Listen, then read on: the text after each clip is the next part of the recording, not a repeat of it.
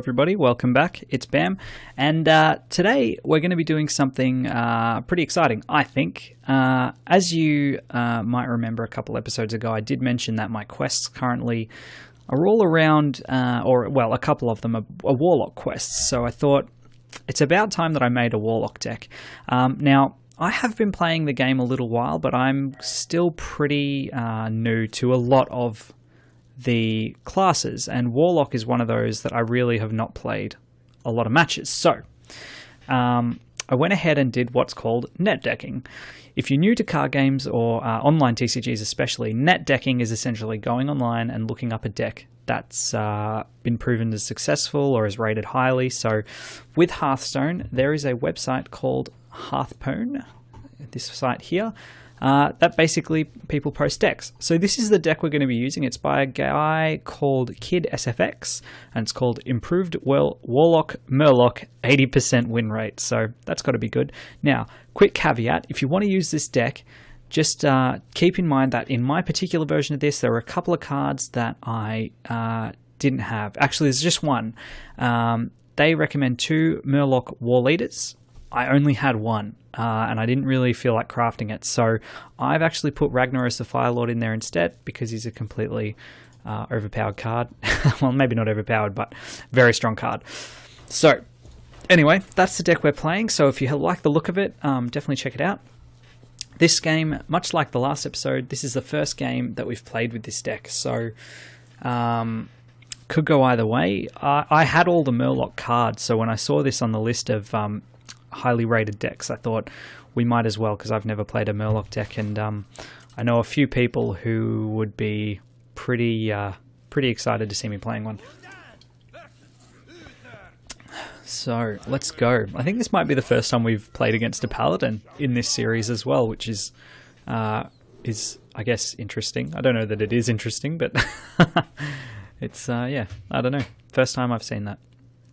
So generally, I think the way that we're going to play this deck, now there is an explanation on the website that I showed you guys earlier on how to play the deck. I haven't really read through it. The author of the deck goes into a lot of detail. I probably should have read it, but I didn't. So be it. But basically, I think the way we're going to play it is try and save as many Murlocs in our hand as we can, until we come across something like the Murloc War Leader that buffs up all the other Murlocs on the field. Reason being is, that's going to lead to a pretty powerful lineup. So I'm going to save that Murloc Raider. So here you go, something like this. Cold Light Seer, give all other Murlocs 2 health. That's a great card to be able to play as a bit of a surprise. So that's what we're aiming for, is holding on to stuff like that. That said, with the Taunt out and knowing I've got another one in my hand, I am actually going to play that Raider. Probably because he's not really worth that much. So if we lose him, it's no big deal. But also, if we summon them all at the same turn, he has that one turn to disable the buffing cards, whereas if we have a few Murlocs on the field, then we play those cards that buff them up, they'll be able to attack straight away instead of waiting for the next turn for the summoning sickness or the little sleep signs to go away. Basically, they can't attack on the turn they're summoned. Hearthstone 101. But that's the plan. Essentially, that's what we're going to try and do. So he's looking at getting these taunts down, which is interesting. Maybe not what I would have done. We've got Leper Gnome. Death Rattle's a handy thing to have at the moment. Deal 2 damage to the enemy hero. Yeah, so we can play that and actually knock him out. And we're going to life tap. So I don't want him to take that out. I'm going to make him pay for that.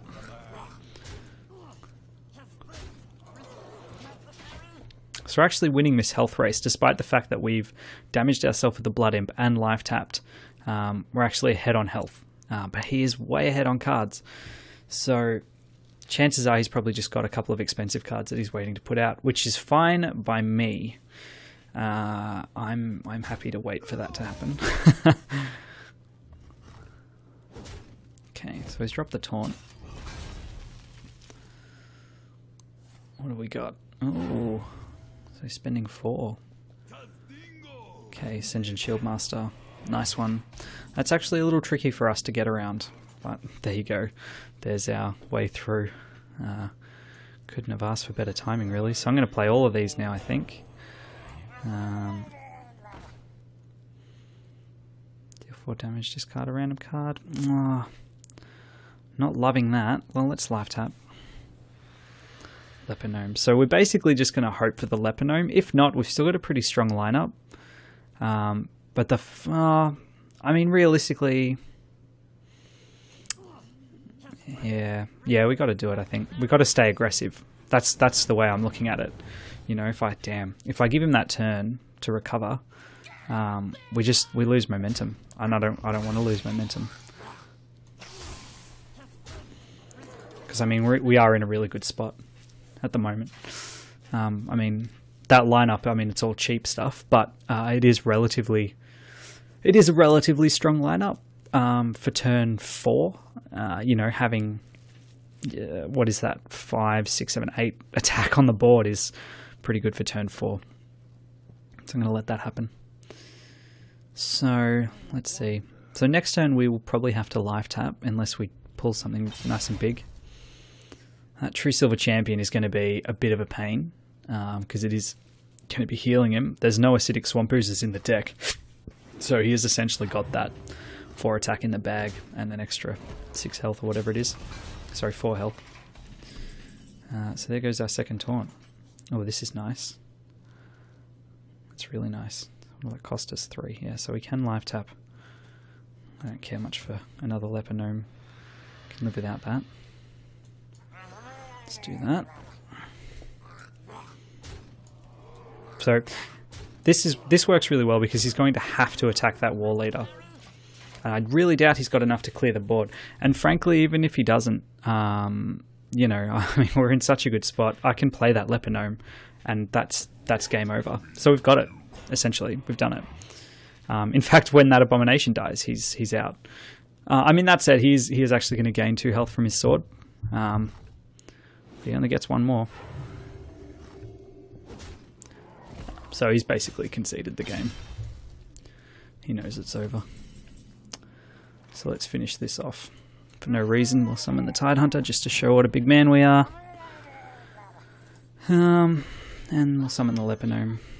And we'll life tap just to see what we would have gotten. Abusive Sergeant, no biggie. So let's see. How do we want to finish him? Let's just do this. That's another relatively easy win in the end. I mean, we are down to 12 health, not ideal, but overall, I'm pretty happy with that, and we're up to 21. So we're cruising now. I think that's maybe a 5-game win streak, so very happy with that. And we're working towards those quests as well. There they are. So, another quick game. Thanks for watching. I'm going to keep switching the decks around like this. I think that's probably just going to be a more engaging experience for you guys to watch. I think watching the same decks over and over again probably gets a little boring if I had to guess. So, but you know, if there's something you guys want to see, let me know. As always, check out other vids. I think there's some really cool stuff up there. If there's some content you want to see, games you want me to check out, whatever it is, just let me know in the comments, chuck me a message. As always, subscribe, rate, and comment. I love to hear feedback. It's my favorite thing. Even if it's negative, I'll still take it. So, yeah, definitely be sure to do that. But until that time comes, I will see you next time.